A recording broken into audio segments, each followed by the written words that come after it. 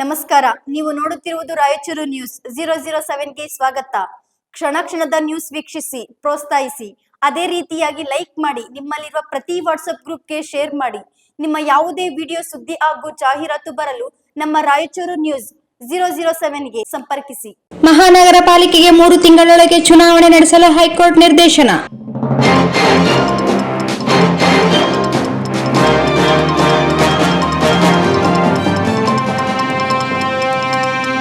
ಮಹಾನಗರ ಪಾಲಿಕೆಗೆ ಮುಂದಿನ 3 ತಿಂಗಳೊಳಗೆ ಚುನಾವಣೆ ನಡೆಸಲು ಕರ್ನಾಟಕ ಹೈಕೋರ್ಟ್ ಕಲಬುರಗಿ ಪೀಠ ಆದೇಶ ನೀಡಿ ತೀರ್ಪು ಪ್ರಕಟಿಸಿದೆ. ಮುಂದಿನ ಚುನಾವಣೆ ನಡೆಯುವವರೆಗೆ ನಗರಸಭೆ ಸದಸ್ಯರ ಅಧಿಕಾರಾವಧಿಯನ್ನು ಮುಂದುವರಿಸಬೇಕು ಎಂದು ಸಲ್ಲಿಸಿದ್ದ ರಿಟ್ ಅರ್ಜಿಯನ್ನು ತಿರಸ್ಕರಿಸಿದ್ದ ಏಕಸದಸ್ಯ ಪೀಠದ ತೀರ್ಪನ್ನು ಹೈಕೋರ್ಟ್ ಕಲಬುರಗಿ ಪೀಠ ಎತ್ತಿ ಹಿಡಿದಿದ್ದು, ಏಪ್ರಿಲ್ 28ರಂದು ಈ ತೀರ್ಪು ಪ್ರಕಟಿಸಿದೆ.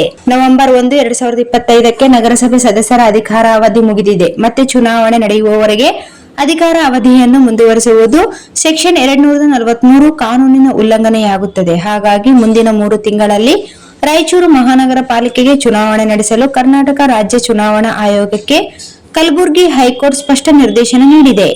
ಜಸ್ಟಿಸ್ ಸೂರಜ್ ಗೋವಿಂದರಾಜ್ ಹಾಗೂ ಡಾಕ್ಟರ್ ಜಸ್ಟಿಸ್ ಚಿಲ್ಕೂರ್ ಸುಮಲತಾ ಅವರು ತೀರ್ಪು ನೀಡಿದ್ದಾರೆ. 2018ರಲ್ಲಿ ನಗರಸಭೆ ಸದಸ್ಯರಾಗಿ ಆಯ್ಕೆಯಾಗಿದ್ದವರು 2020ರಲ್ಲಿ ಪ್ರಥಮ ಸಭೆ ನಡೆಸಿದ್ದರು. 2023-24ರಲ್ಲಿ ಅಧ್ಯಕ್ಷೀಯ ಮೀಸಲಾತಿ ವಿವಾದ ಹೈಕೋರ್ಟ್ ಮೆಟ್ಟಿಲೇರಿದ ಕಾರಣ 5 ತಿಂಗಳ ಕಾಲ ಆಡಳಿತ ಅಧಿಕಾರಿಯನ್ನು ನೇಮಿಸಲಾಗಿತ್ತು. ಅದರ ನಂತರ ಕರ್ನಾಟಕ ರಾಜ್ಯ ಚುನಾವಣಾ ಆಯೋಗವು ನಗರಸಭೆ ಚುನಾಯಿತ ಪ್ರತಿನಿಧಿಗಳ ಅಧಿಕಾರಾವಧಿ 1-11-2025ಕ್ಕೆ ಪೂರ್ಣಗೊಂಡಿದೆ ಎಂದು ಸೂಚಿಸಿತ್ತು. ಇದನ್ನು ಪ್ರಶ್ನಿಸಿದ 23 ಸದಸ್ಯರು ಕರ್ನಾಟಕ ಮುನ್ಸಿಪಲ್ ಕಾಯ್ದೆ 503ನೇ ಕಲಂ ಅಡಿಯಲ್ಲಿ 15 ತಿಂಗಳ ಆಡಳಿತ ಅಧಿಕಾರಿಗಳ ಅವಧಿಯನ್ನು ಹೊರಗಿಡಬೇಕು ಎಂದು ಹೈಕೋರ್ಟ್ ಕಲಬುರಗಿ ಪೀಠದಲ್ಲಿ ರಿಟ್ ಅರ್ಜಿ ಸಲ್ಲಿಸಿದ್ದರು. ಏಕಸದಸ್ಯ ಪೀಠವು ಅವರ ಮೇಲ್ಮನವಿಯನ್ನು ಫೆಬ್ರವರಿ 26, 2026ರಂದು ತಿರಸ್ಕರಿಸಿತ್ತು.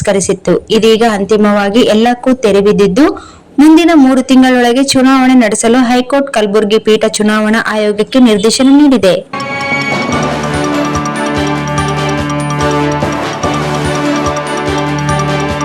Sagar DTP centre.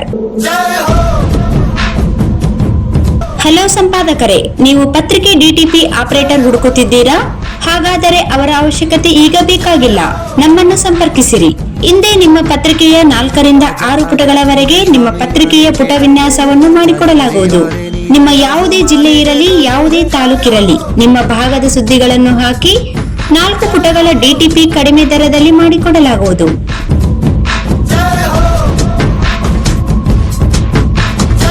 ಇಂದೇ ಸಂಪರ್ಕಿಸಿ. ಮೊಬೈಲ್ ಸಂಖ್ಯೆ 8431593151 ಮತ್ತು 9611114528 ಸಂಪರ್ಕಿಸಿ.